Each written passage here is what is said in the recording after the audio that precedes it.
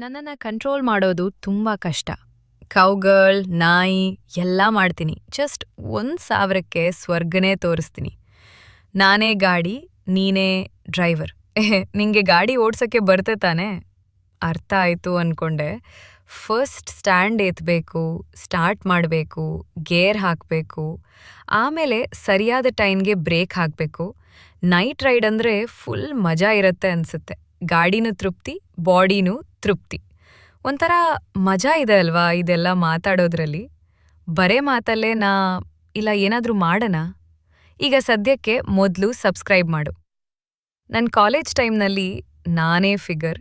ಎಲ್ಲ ಬಾಯ್ಸ್ ನನ್ನನ್ನೇ ನೋಡ್ತಿದ್ರು, ಕಣ್ಣು ಹೋಡಿದ್ರು, ಸ್ನೀಕಿ ಸ್ಟೇರ್ ಮಾಡ್ತಿದ್ರು, ರೀಗ್ಸುತ್ತಿದ್ರು.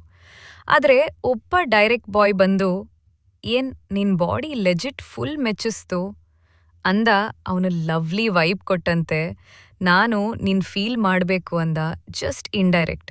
ನಾನ್ ನಗುತ್ತಾ, ಕಮ್ ಆನ್, ನನ್ ಬಾಡಿ ಇಷ್ಟ ಅಲ್ವಾ ಅದಕ್ಕೆ, ಜಸ್ಟ್ ಇಂಡೈರೆಕ್ಟ್.